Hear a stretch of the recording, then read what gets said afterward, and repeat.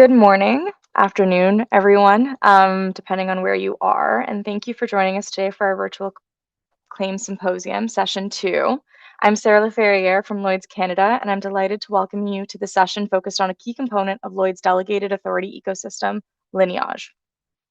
As many of you know, Lineage is Lloyd's dedicated platform for the reporting and settlement of Canadian binding authority business. It plays a vital role in streamlining claims processing, ensuring regulatory compliance, and enhancing transparency across the market. Today, I am joined by Carrie from AEGIS, who has the underwriting perspective to really explore Lineage's benefits, Fatma from our Lineage team, and our Lloyd's Americas experts, Carrie and Ebony. Whether you're a cover holder, TPA, broker, or managing agent, this session is designed to deepen your understanding of how Lineage works and how it can support your operations more effectively. If you have any questions for any of us, please use the Q&A function. Without further ado, I'll pass it over to you, Carrie. Let's dive in. Thank you. Welcome, everyone. Thank you for the introduction, Sarah. If we haven't met before, I've been in the industry for over 25 years now and a self-proclaimed Lineage enthusiast. I was invited to this panel to share with you today my experiences with Lineage from an underwriter's perspective. For our Americans on the call, Canada is officially a bilingual country. What is written in English is equally written in French, even on our bottles of ketchup, and Lineage is certainly no exception. I've been with AEGIS managing agency for over 8 years now, and I'm head of claims operations for the organization, whilst having a Canadian presence to support our customers locally on anything claims related. I do use Lineage daily in my function. Prior to that, I led a national TPA serving strictly the Lloyd's market. In those days, I still used Lineage daily in that role as well. I started my career with the cover holder back in the 90s, responsible for claims administration. I reported all claims activity to Lloyd's Canada by mail on carbon paper. That was horrendous. In those days, we would mail it out to be assessed by the Lloyd's team and then receive a report of all the anomalies. It was an absolute bear to reconcile, particularly after you've sent through the next batch. Having lived that out, I'm honestly grateful for and a huge proponent of the Lineage system. When I say Lineage, it may trigger one to slowly step backwards and pretend they didn't hear it, or maybe even run away in fear. I'm sure all of us come with varying degrees of Lineage experience. Today's session is designed to simplify its mystery and walk away with a better understanding of its benefits and ease of use in our business operations. In any capacity and in any role, there's something here for everybody. Throughout the session, please ask questions along the way using the Q&A tool that Sarah will be managing. We're hoping for as much interaction as possible. Fatma, please do pipe in at any time as well. Let's take a look at today's learning points on the next slide. Lineage is the system to administer Lloyd's Canadian binder business categorized as Scheme Canada. So when you hear Scheme Canada, brainwaves should translate that to, yes, Lineage applies. It was created to serve as an accounting and reporting system to replace that carbon paper. This session is not a tactical how-to, so to speak, though designed to be an overview so that each of us can walk away with a realization of its benefits and advantages to using Lineage, grasping the chain of information, exploring and leveraging your data, and an understanding of the impact of each of our roles. All right, let's get started. Once we dive in and regularly use Lineage, you'll quickly learn and rely upon its advantages. So let's start at the beginning. You have a Lineage binder and you haven't written a policy yet. As you build your sales, don't forget to leverage the premium and premium payment plans Lineage can administer for you. Secondly, be rest assured with your financials. Lineage offers the benefit of strong financial governance over premium and claims dollars as it makes available daily, weekly, and monthly reports for reconciliation and monitoring purposes. For underwriters, this is a big one. We know where our money is and can monitor it daily if we need. For loss funds, we can even assign a date when it will be returned before it's even sent. Then there's claims. The Lineage claims portal is simplified as it outlines outstanding reserves and values paid at what date, including the history of who processed what, when, and where, as well as what is pending. On top of this, the Lineage system knows who has what authority. The claims administrators literally cannot log financial transactions or even reserves without secondary approval once their authority has been matched. And don't forget about the reports, but we'll get into that later. So now you have your risk detail in there and a few claims. The next big one, oh, sorry, Mark, can you go to the previous slide, please? Thanks. The next big one is a big advantage, automated bordereau. You mean I don't have to prepare that 75-page long bordereau anymore? That's right. When you've made the decision to adopt Lineage, there is no longer a need to prepare a claims or risk bordereau. Each month, Lineage uploads your data to Lloyd's in the required format, meeting that need. Also, this is for the benefit of managing agents. There shouldn't be any charges from your TPAs in producing these. Yes, we do see that. Don't worry, there's more benefits on the next slide. Next, we have portfolio management. Now, my time as a cover holder predates the Lineage portal, though I am aware of the vast reporting tools and resources it makes available, including executive level dashboards. This goes from daily, weekly, and monthly risk and claims transactions to risk code and binder performance analyses, even down to the highly sought after triangulations. We'll explore the breadth of Lineage's reporting capabilities in greater detail later on. Then there is, and of high importance in my opinion, the automated regulatory reporting.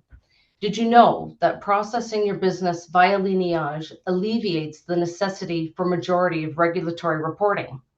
Whether it's the Insurance Bureau of Canada, Lloyd's CAT reporting, financial lines in Quebec, Alberta auto rates, Ontario accident benefits, or anything in between, Lineage has you covered for most things automatically.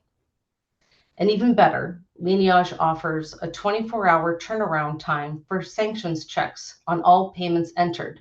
Just be sure to enter your payees correctly. I've had a couple of hits over the years, and it works and is very helpful. If you haven't implemented Lineage to its fullest scope inside your organization, we still have that responsibility to report to Lloyd's Canada where required. Using Lineage, even strictly in this capacity, makes it easy to fulfill this obligation as it accepts your data through batch reporting by CSV or even API. And finally, my first and foremost, and newcomers to the market will love this, the glossary. Finally, some clarity on those enigmatic acronyms and abbreviations. Next slide, please, Mark. So here they are all laid out. And don't forget, if you're with Lineage, you have the direct benefit of endless support from the Lineage team, whether it's demonstrations, training, as much as needed, tips on using the system or understanding it. The portal gives you access to all the information you need, whether it's people, reference material, Lloyd's communications and bulletins, or trying to make heads or tails out of that accounting settlement calendar. If you aren't familiar with that, we'll get into that later as well. Sarah, do I have any questions at this stage? No, we're good? Great, let's move on. Okay, next slide, please, Mark. Perfect. Next, I want to talk about the chain of information. What do I mean by this? Everything done inside Lineage has a purpose. It goes somewhere, feeding information to various stakeholders, often impacting what can and cannot happen in the life cycle of a binder or an individual risk and all the claims functions stemming from that. Over the next few slides, we will review the chain of information from binder to the policy, to claims, to the bordereau, and finally loss funds. Next slide, please, Mark.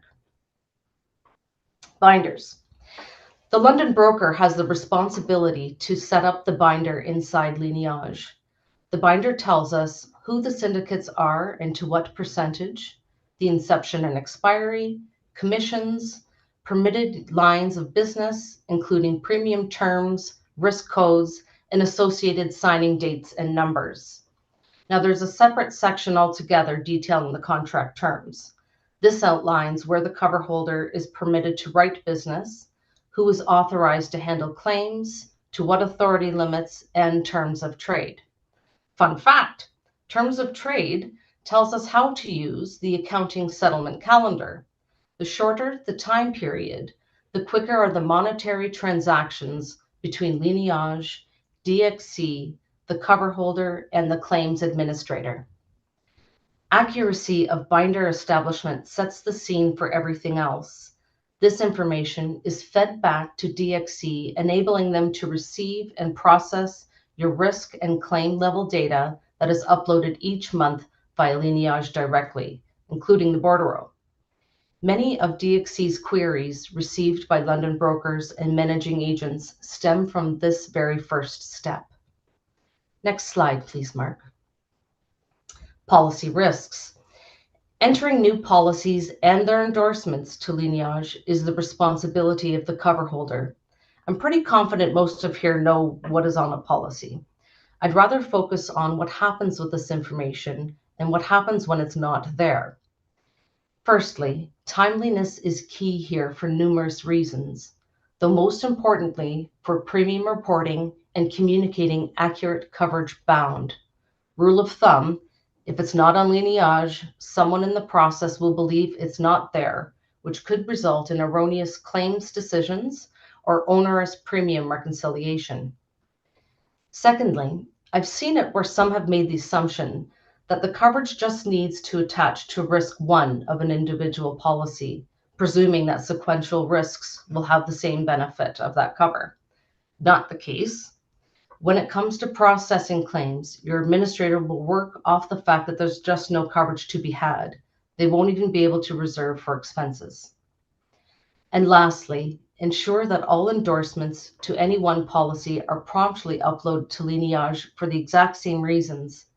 If risk 2 is added 6 months after inception and forgotten about on Lineage, the premium bordereau will be skewed and your claims team will be unable to process claims against it. Next slide, please, Mark. Then we have claims management. As we learned earlier, when the binder is being negotiated, the cover holder has to choose a claims authority per section of coverage. This could be a TPA, now referred to as a delegated claims authority or a DCA, or themselves were agreed by underwriters. It is at this time that the financial authorities of that entity need to be established and communicated. If it's not, no one will be able to do anything claims related on the system. Or let's say they are listed, but no authorities are posted. That entity will have no ability to enter any financials. I think we can agree this is an unnecessary delay and a detriment to the claims service we all pride ourselves upon. The claims authority selected operates under a reference code, just like the cover holders. Inside that reference code, individual logins are created at the discretion of the firm. Some have one person, some have over 20. It all depends on the structure of your claims team. Fun fact on that point, we work with a particular TPA who's adopted a robot to automate their Lineage processes. I just think that's pretty cool. Moving on. The claims authority entity, thanks, Mark. The claims authority entity is the sole entity with the permissions to manage claims inside Lineage, from new claim creation to coding requirements to financial management. However, these teams work closely with both DXC and the broker when managing financials above their authority. These claims are called I items. When a file is over financial authority, DXC will go into Lineage themselves and flag the file as an I item. This takes away the financial management of a claim from the claims authority. One more fun fact on claims management. At the individual claims screen, a 2-page summary is available for download, quite useful for both the cover holder and claims authority wherever they see fit. And lastly, the same with the reporting policy detail. It is essential to ensure timely Lineage claims administration. Over the next slide, I'll show you the time frames of claims settlement subject to the Lineage accounting settlement calendar in a bit of a case study. Next slide, please, Mark. This may generate a lot of questions. Please feel free to pop them into the Q&A tool as they come up. Similarly with binders, risk and claims bordereau are fed back to DXC by Lineage. From there, DXC splits out all premium and claim financials to participating syndicates. On the right is an excerpt of the Lineage accounting settlement calendar for all financial transactions at binder, risk, and claim level, including loss funds and cash calls. Note, Lineage does not operate on a Roman calendar. All bordereau follows these dates. This calendar is at your fingertips on the Lineage home screen, always available. So let's say it's the 20th of January. You've received a new claim that morning, building fire with preliminary information indicating the loss could be 200,000 Canadian. You get a move on to create the claim inside Lineage that very day, reporting those reserves. Looking at the calendar, we can see that Lineage closes January transactions on the 4th of February, end of day. That loss will appear on the claims January 2025 bordereau made available in the system a few days later. This year it arrived on the 7th of February. The trick here is that this January bordereau is only then sent on to DXC for processing in the back end for the Lloyd's market. Often that takes several weeks, and your underwriters are unaware of the movement on that claim until late February. It's old news by that time. Taking the same claim scenario, let's say on the 5th of February, you learn the building is at total loss, now reserved at 1.3 million. You diligently update the claim, though now DXC won't get the revised figures to underwriters until late March. Now let's say you have some annual leave, you're only getting to uploading the claim at all on the 5th of February. Again, underwriters won't see those financials until late March. This loss impacts performance of the binder significantly. There will be some unhappy campers. I'm sharing this with you to not only highlight how it works and where the information goes, but to equally stress the importance of timely Lineage administration combined with timely reporting to your underwriters. Best practice is to simultaneously Lineage entry as well as your claim system and reconcile it at least as a daily exercise. Don't wait until the end of the month. Who knows who will be available at that time to reconcile. That was a lot likely to take in. Sarah, do we have any questions right now from Q&A? No questions at the moment, No? Carrie. Great, I must be explaining this well. I'm kidding. All questions welcome, please. Next slide, Mark. And final, a point for the managing agents on the call on claims bordereau. When Lineage financials arrive in your system from DXC, you can easily identify over-authority claims by viewing the claims bordereau. These claims are manually flagged as such on the report. Additionally, DXC at request will create a separate core for each claim equal to or greater than 450,000 Canadian. CORE is the acronym for Claims Office Reference, and that's what underwriters use within the market to communicate with DXC. Yet another fun fact, underwriters can dictate the I-item flag on any claim they wish, no matter the value. These can be manually flagged by DXC as well. Next slide, please, Mark. Our final piece to the chain of information is loss funds. Scheme Canada Loss Fund Management is moreover used by third-party administrators taking on the role of the claims authority. Inside Lineage, these funds are referred to as scheme floats. Similarly, Lineage can be used for urgent cash calls. Those are referred to as scheme advances. For the managing agents on the call, we know that scheme floats and scheme advances are often absent from ECF2. That's the Lloyd's market claim system. There are no bordereau claim files and rarely a loss fund claim file inside ECF. And naturally to that process, cash calls won't have a separate entry either. On that, the trick is that underwriters only receive the financial figures, not the bordereau. Loss funds and cash calls are embedded inside the UMR bulk claim financials. It is difficult to differentiate or manage them without using Lineage in our operational roles. Mark, can you click over, please? Great. So inside London, without utilizing Lineage, this is the perception of the chain of information. I strongly encourage each of us to familiarize and embrace the tools Lineage has to offer. Otherwise, we're operating blindfolded. Next slide, please, Mark. So here's how it works and where the information goes. Cash calls and loss funds can be requested directly from the Lineage homepage by the claims administrator. This will trigger an automated email to prompt the registered approver to view their work list from the home screen. I want to add here that for singleton contracts, that means a managing agent has written the contract at 100%. The managing agent can be the approver themselves. We have Lineage configured this way on several contracts at AEGIS. Personally, I love it. On top of the singletons, managing agents also have the ability to approve all accident benefit payments. At this stage, the approver will assign a reclaim date. That's the date the funds will be returned to underwriters, or if a cash call, the date the monies expire. This means you only have so many days to use the cash call once received.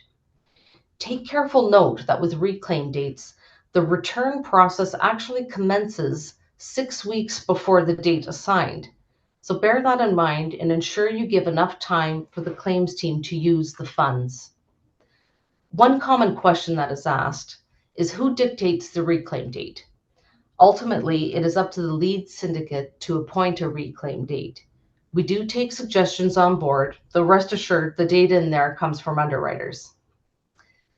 Once the funds are approved, DXC then needs to process the request and assigns an advance number. This is how the funds are traced and recorded for the Lloyd's market. The funds are then wired and information is uploaded to the market systems. Heads up to underwriters on the call. Scheme advances actually appear twice on our financials until the reclaim date has come and gone. It's a good thing to know in advance if cases get questioned internally. All pending and approved funding requests can be seen by the user in the same Lineage path from the home screen. So that closes our chain of information section. Sarah, just checking, any questions? So we have 2 questions, one in the chat and one in the Q&A function. Again, guys, remember to put things into the Q&A. So the first question is, how do the terms of trade impact these timings? Yes. Okay. So going back to the accounting settlement calendar, Fatma, please pipe in as well. I strongly recommend using a 30-day. I think there's choice of 30 days, 60 day, 90, or 120. Is that correct, Fatma? That's correct. That's correct. Yeah. So the 30-day means, so when we used our case study, your January figures, and then February, and then, you know, the monetary transactions will come toward the end of February. That's the soonest you can receive it. If you wait 60 days, then you're looking at April. If you're looking at 90 days, then you're looking at June for transactions in January. So that's the impact of terms of trade. And if you don't have loss funds, it's devastating. Or if you have insufficient, inadequate loss funds, equally devastating, because it's just going to continue to deplete and you're not going to get your first reimbursement until 3-4 months later. Does that answer your question? Hopefully they'll put it in the chat if it did not. Great. Okay. Oh, it says yes, thank you. Oh, That's the next question we have says, good morning, ladies, and great job, Carrie. Will Lloyd soon consider amending Lineage to offer near real-time live data uploads? This would be useful for claims underwriting and other management purposes for all concerned. I'll pick it up, Carrie. We are in the processing of enhancing Lineage to go in real time. So that is in the works. Once that's put in place, for sure, you will see a communication. But just have patience as we go along and try and work on these suggested enhancements. But the real time is in the pipeline being discussed now. So it's coming. Thanks, Fatma. We have no further questions right now. Questions. Great. Okay. Okay, next slide, please, then, Mark. Perfect. So next, let's spend some time understanding. Actually, Carrie, quick thing. Yeah. Just got a new question. What's the potential timing for this enhancement? Now that I'll pick it up, that the timing we can't answer now because the team is looking at all the pros and the cons and working on all this, because when we look at all real time, we look at all the impacts and all this information. So I can't give you time. Definitely it won't happen this year, that's for sure. But it is being discussed by the team. It is something that is on our shoulders, that we know is wanted by the market, and we are definitely looking at that. So it will be, as we go along, we are definitely going to communicate any changes with this, but also you will see all that coming. Thanks for raising this up. Great. Thanks, Fatma. I'll pass it over to you, Carrie. Sorry. All good. Thank you. So we're going to spend some time understanding how we can access and leverage our own data. One of the benefits we mentioned earlier is the scope of portfolio management available inside Lineage. Every entry into Lineage at any stage is a piece of data that can be used to help manage our business, whether it's at the binder level, policy level, claims and bordereau, or loss funds.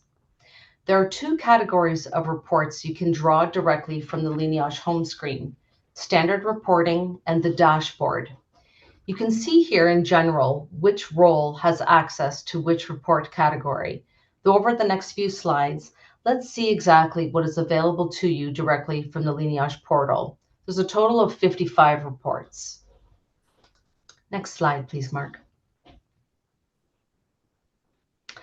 Here are the risk-related reports available. The S indicates which reports are available to the syndicate. B represents reports available to the London broker. C for cover holder, T for TPA. As you can see, there's nothing available here for the TPAs. These largely are intended for those producing business as opposed to claims administrators. Reports are available for extract and export to monitor, analyze, and reconcile your risks and premium. Additionally, you'll find a helpful tool for the IBC risk regulatory reporting. Next slide, please, Mark. Great. There is a plethora of claims-related reports available. Have a scan through. You may note that the claims bordereau is not accessible to the TPAs. The claims per binding authority report available each month has the same detail in a slightly different format. As an underwriter, I largely rely on this one. It is exceptionally useful to identify which claims apply to that cash call movement that arrived in our system, or answering questions from our underwriters to dig a bit on larger than normal movements.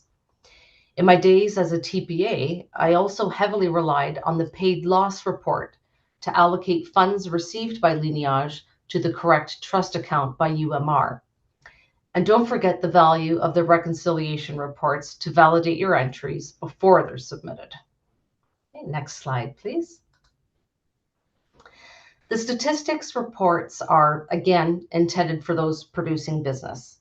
Here you can generate summaries and breakdowns of your account risks by province and by commercial liability and property bound. Next slide, please, Mark. I just want to add what Carrie just mentioned with regards to the reports.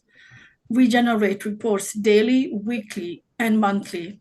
The daily reports are provided to the cover holders and the TPAs in order for you guys to validate what you have done the previous day and to ensure that if there's any correction to be done, it can be done before we close the month. A weekly report is presented to all the organizations, underwriters, lawyers, brokers, cover holders, and TPA to revalidate what's been reported during the week before we close the month. Because once we close the month, and that's when you find your error, and then you fix it, the error is going to take another month to appear on your invoice based on your terms of trade. That's the reason why it's important for those organizations reporting on Lineage to look at the reconciliation report. And this message is for cover holders and TPAs who are online. That's a very important report to reconcile your work on a daily basis before you go forward. Thank you, Carrie. Sorry about that. No, thanks, Fatma. So similarly, claims administrators do not have access to the executive dashboard. Those reports, again, are intended to assist in the development of monitoring your business. Okay, next slide, please, Mark. The executive dashboard is a high-level data reporting mechanism to view your portfolio and assist in making your strategies come to life. Comparative assessments on gross written premium and incurred claims is available by risk code, province, and year of account. These can be narrowed in scope for incurred claims only as well. Each report can be exported into Excel or CSV to assist with your planning. So let's see what some of the output looks like on the next slides. Carrie, really quickly, we got a question that says, are you able to explain what a block policy is in Lineage? I don't know if this is the right time to answer that, but just shooting it there that is the question. A block policy. I'm not familiar with the term, to be honest. Yeah, can whoever it is explain? Yeah. Why don't we continue with the presentation, and hopefully whoever sent the question in can give us an explanation. I can add it in. Yeah, the only thing I'm thinking of is like a master policy for like an association. Exactly. Where each of the individual risks have their own certificate of insurance, but the coverage wouldn't change. And I have seen that, and it is possible if that's what you mean. Okay. So back to the executive dashboard. We've anonymized this, though these are some helpful visualizations. All reports inside the executive dashboard are intended for high-level performance management of your portfolio.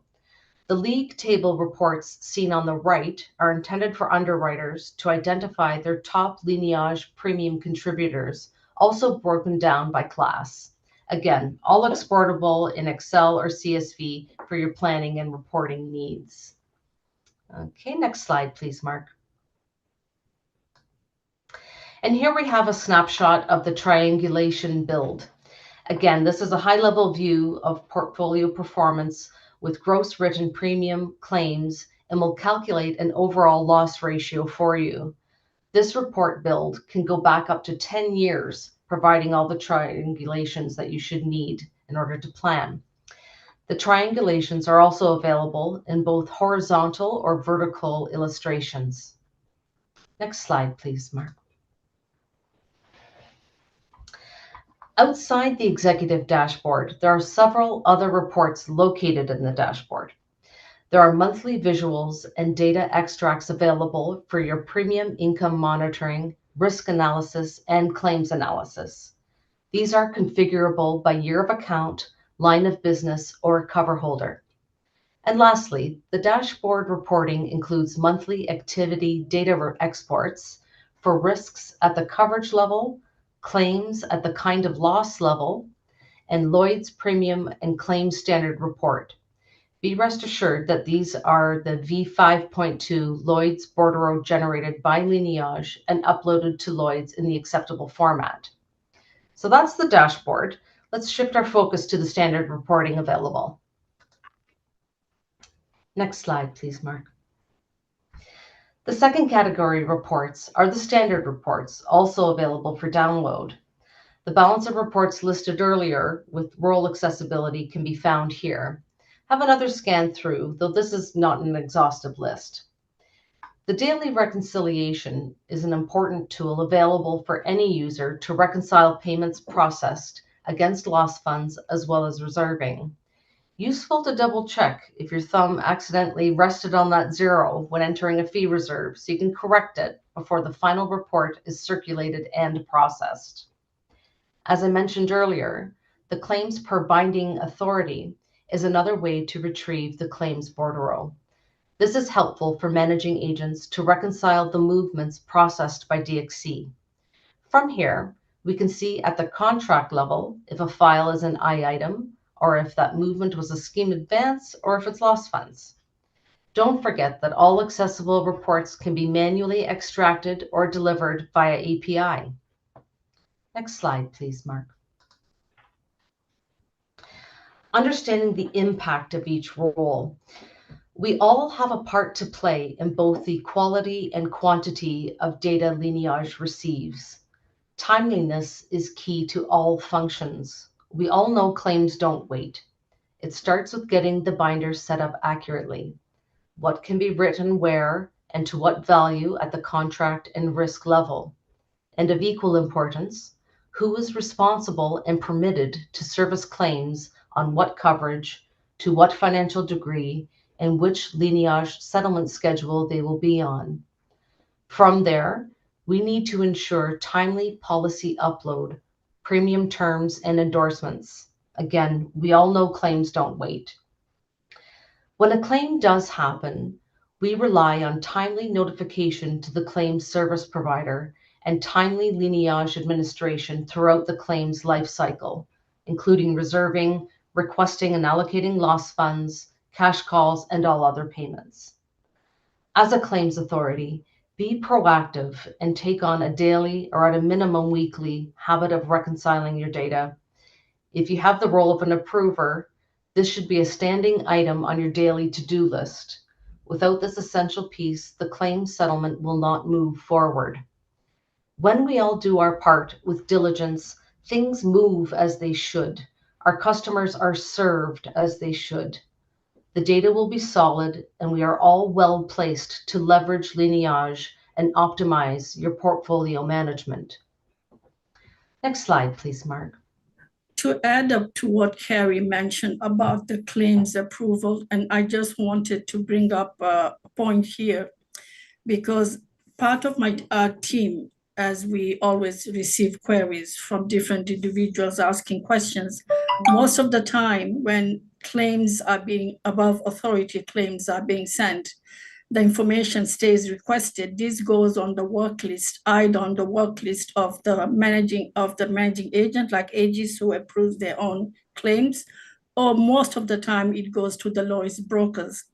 Now, mind you, the Lloyd's broker's responsibility is to take that information, seek underwriters' agreement before they go on Lineage and approve the payment, because Lineage makes them sign the declaration to say they have asked underwriters before they approve. There can be a time lapse. So in defense of the Lloyd's broker or the managing agent, I would suggest you always send them an email to say you have processed a payment and it's sitting in the work list, because, you know, as human beings, we might have a lot on our plate. So at least they can pay attention and look at it and go and approve it. So that's all a timeline.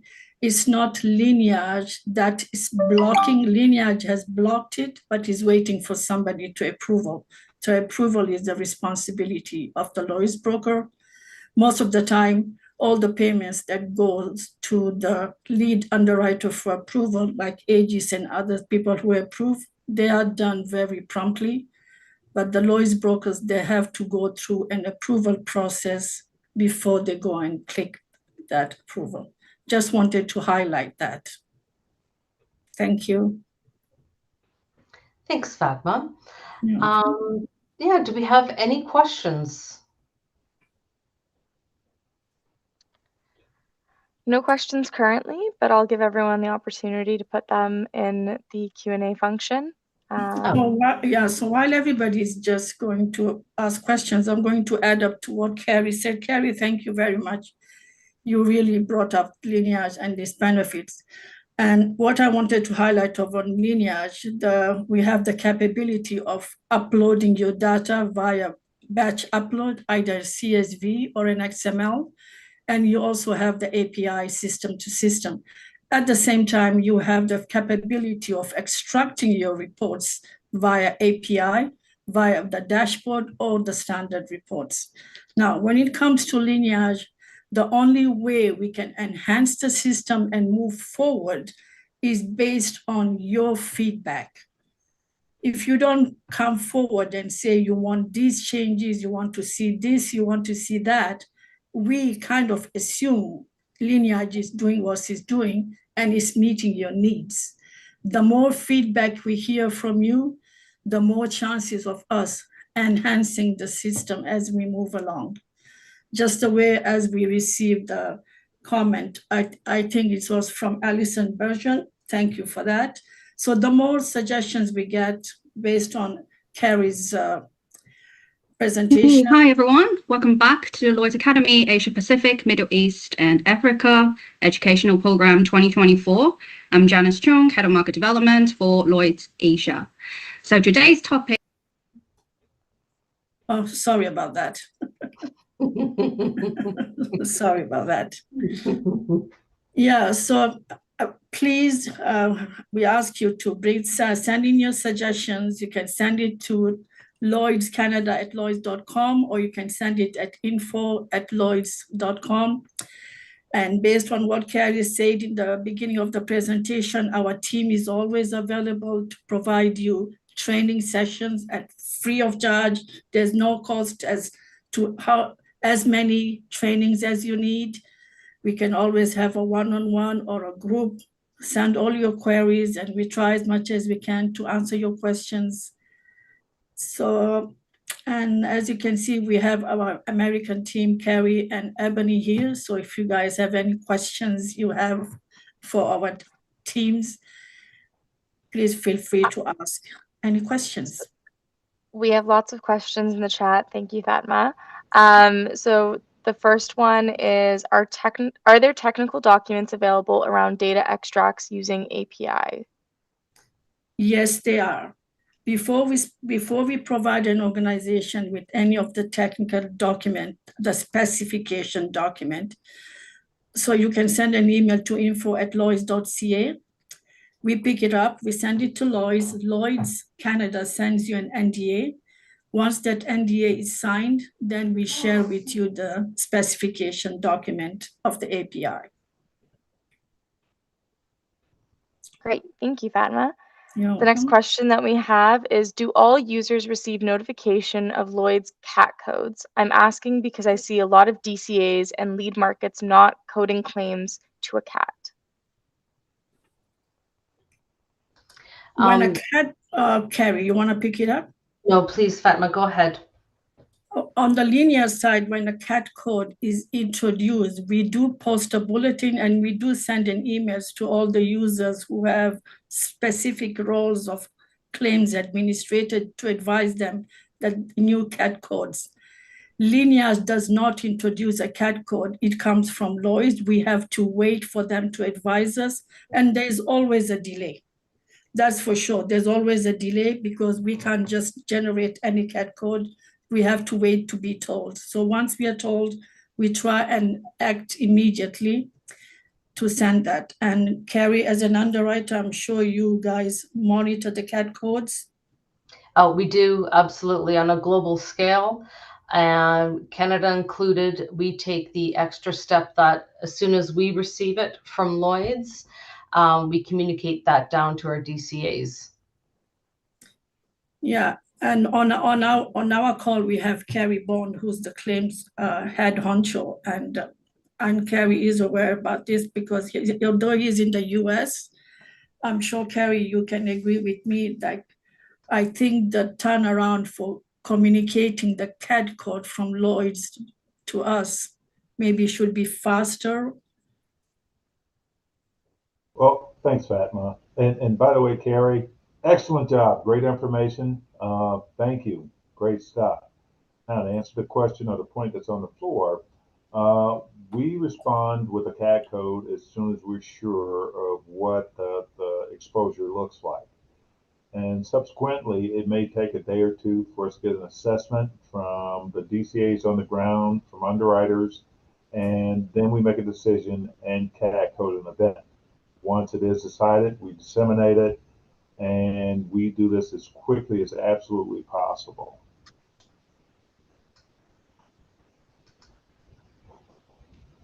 Thank you, all three of you. Carrie. So the next question that we have is, I have a question regarding the payment process. A payment for indemnity is simple. I have to choose pay indemnity. What about the other options? We always use pay fees for TPA, adjuster, evaluator, or professional, not for lawyers, which would be legal expense. What could be paid with paid expert fees? Yes, I know exactly what you're talking about, and I struggled with that when I was a TPA and even now as an underwriter. It's not defined. So the best path forward is to come to a mutual agreement and expectation with your cover holder, London broker, and lead syndicate, how they want them flagged. I've seen it all over the map. It's inconsistent, and I would connect with all stakeholders for an agreed approach. As a default behavior, I would put the TPA fees as fee, the legal as legal, and anyone else is expert. Great answer, Carrie. That was very succinct. The next question we have is, can you have a claim that is above authority but not an I item? Does a like $450,000 Canadian apply to both above authority and I item claims? So the 450 figure is just for I item, okay? And DXC will not automatically flag those claims as I item until they receive a request to do so from the lead syndicate. That has nothing to do with authority. It has to do with a degree of oversight that the either the broker or the syndicate wishes to have on larger than normal claims. Your authority level is what's written into the binder. Using that 450, if your authority is 200,000, it won't be an I item. Yeah, or let's say your authority is 200,000 and the claim is 300,000, it won't be an I item. So they're two separate functions. Hopefully that answers the question. That's correct, Carrie. These are two separate functions. An I item, as Carrie mentioned, is a manual process by exchanging to flag. And so being humans, it's a manual process. Some can be missed, but they try as much as possible to see if a claim goes and incurred of 450, they will flag it. But as Carrie mentioned, she as an underwriter can go to exchanging and say, there's a claim for $1,000. I want it flagged as an I item because I want it monitored. So exchanging can go and flag any claim, any amount as an I item. That's the correct. 450, yeah, is a default, yeah. After discussions with DXC recently, that $450,000 just a suggested value. So if the lead syndicate says, you know what, I don't, I'm not interested till it's $1 million, then DXC will change that 450,000 flag to $1 million. Or if the syndicate is really sleeves up and say, I want to see every claim flagged, that's 20,000, then DXC will do that too. So it's a fluid number, but they start at that $450,000 mark. Great, thank you. Next question is, would it be possible to have a link added to the claims that would allow TPAs to reach out direct to payment approvers to review and approve pending payments? Sometimes we don't know who to reach out to due to changes in staff or change in approver and payments sit in requested status for extended periods of time. I love that idea, Fatma. Me too. That's a good question because we enhance Lineage claim summary to show the organization name, the organization name that approves now to obtain the name of the person who's, the way I see it is before you process that claim payment on Lineage, I am sure you had communicated with somebody within the Lloyd's broker or the underwriters organization to say you wish to process this payment. Normally, it's always you go back to the person who asked you to process that. And if not, you can always send an email to info@lloyds.ca, excuse me, and we will be happy to provide you a name of a person in that organization who you can contact for approvals. Another trick is if that claim was approved before by the Lloyd's broker, you can always go in the transaction log of the claim and you will see the name of the person who approved it before, and that's the person you communicate with.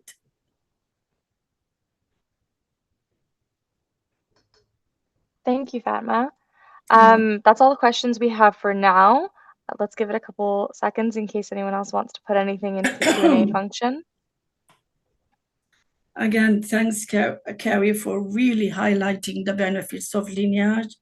I just want to reiterate how we are here available to provide you training sessions, send in your queries to info, send in your suggestions for enhancements, how we can improve this system and how we can better serve you going forward.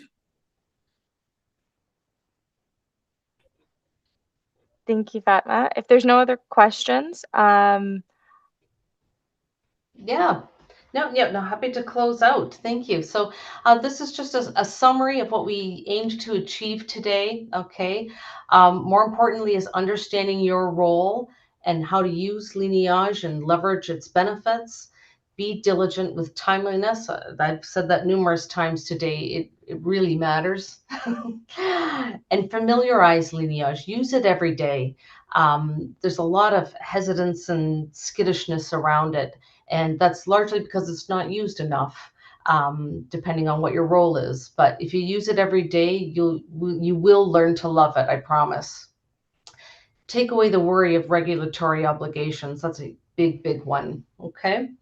In closing, just to support what Fatma has said, everyone here is to help you in any way you need, and there's lots of avenues to get that. So please do reach out to Fatma and her team with any questions you may have.